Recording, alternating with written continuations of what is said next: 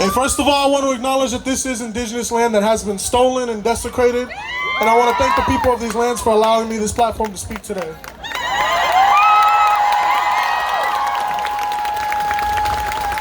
I stand here as a child of the Pacific, humbled to be able to offer words on behalf of our communities back home who are on the front lines of climate change. Thousands of miles away from home, we carry their mana and alofa as we stand, speak, and march in solidarity with them. I'm blessed to see everyone here today. It's a blessing to see everyone here fighting for our collective future.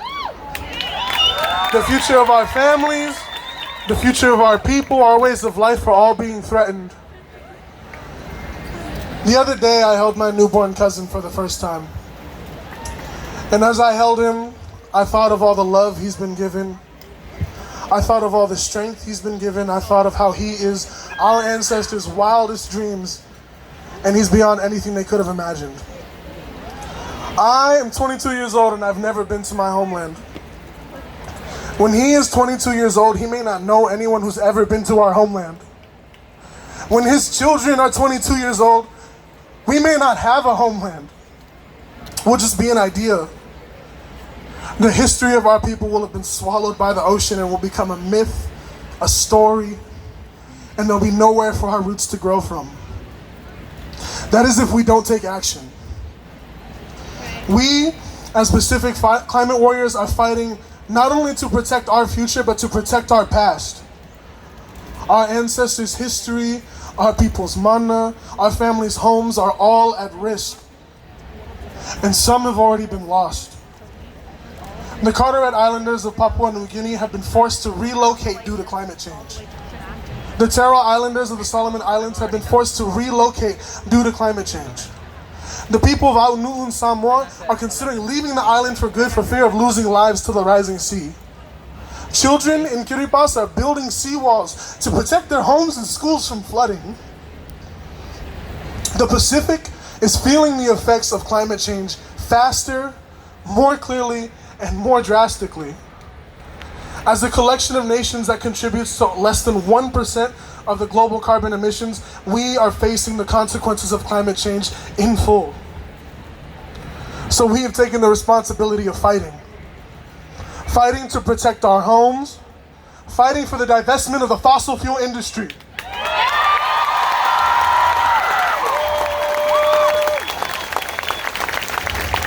Earlier this summer, Pacific leaders gathered and declared the current situation a climate crisis. Tokelau in the Pacific is the first nation to use 100% renewable energy. People in the Republic of the Marshall Islands are fighting to build new islands and elevate existing ones. Across the Pacific, people are setting the standard for climate leadership. As Pacific climate warriors, we refuse to let the world see us as victims of climate change. We are warriors. And we are fighting. We're fighting for our liberation. Climate justice is indigenous liberation. Climate justice is queer liberation. Climate justice is matriarchal liberation. Climate justice is our liberation. And we refuse to be silent as our way of life is being threatened. We carry the strength given to us by our ancestors, and we form the liberation that will be for our descendants for generations to come. So to my fellow warriors here, I say to you, you are Matangi Malohi.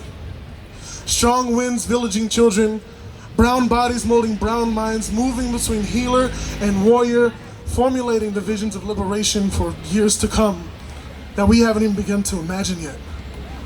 And to the rest of the world, we say, we are not drowning. We are fine. We are not drowning.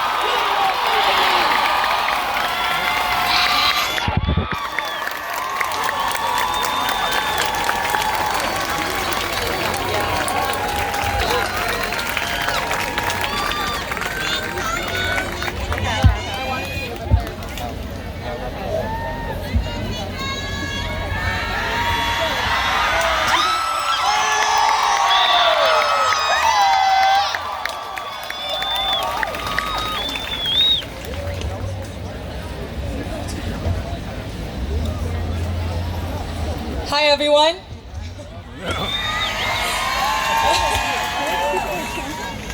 Our names are Kaya Yonamine. I represent the Ryukyu Islands.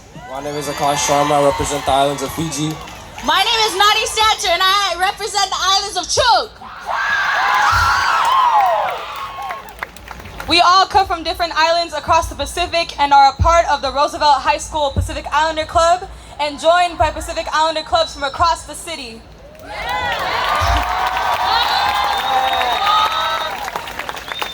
We are here to talk about a crisis that deeply impacts our islands and hits home to us.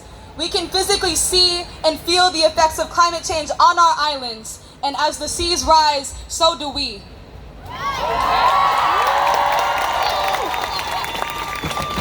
This poem that we are going to read today was written by our very own PI students at Roosevelt High School. And inspired by our very own Pacific climate warrior, Kathy Jetno Kitchener. Last year, we had our very first Pacific Islander High School Focused Climate Change Summit in Oregon. At this summit, we created a spoken word poem called 1.5 because it's about the rising global temperature. If the world temperature increases more than 1.5 degrees, then our precious islands will go underwater. Here to spread awareness about the damage of climate change and the awareness of climate change in the Pacific Islands, this is our poem, 1.5 because.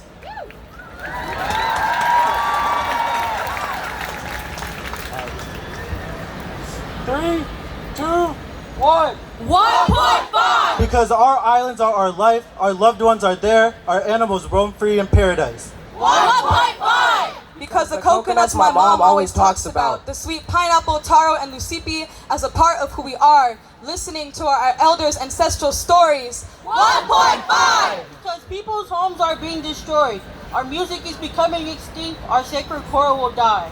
1.5! Because family members are dying. My home is dying, and we don't want to be known as climate refugees. 1.5! Because our island shouldn't be history, but something to live on forever. It is where our heart is. It is what our lives and futures depend on. 1.5! Because if our islands drown, our identity goes with it, and I don't want to lose my roots. 1.5! Because the sinking of my friends' islands. Protecting the treasure of our people, the warming of the globe that our islands made the smallest impact on. 1.5! Because of my history and ancestors, our cultures valuable to each of us from different islands. 1.5! Because my roots come from there. It's where I grew up. It's where my family is. It's where my whole life is. It's a part of me. 1.5! Because I don't want to lose the ocean that we swim in and the beach that we eat on. I don't want to see more of my family members struggle through the American lifestyle. I don't want to see my family go through the pain of leaving their home. 1.5! Because the islands is what represents me. And I want to be able to show my kids and grandkids where we come from. 1.5! Because our feelings matter. It's either walk now or swim later. And we don't want to be known as climate refugees. 1.5! Because our voices need to be heard loud and clear. Because we are not drowning, we are fighting. 1.5!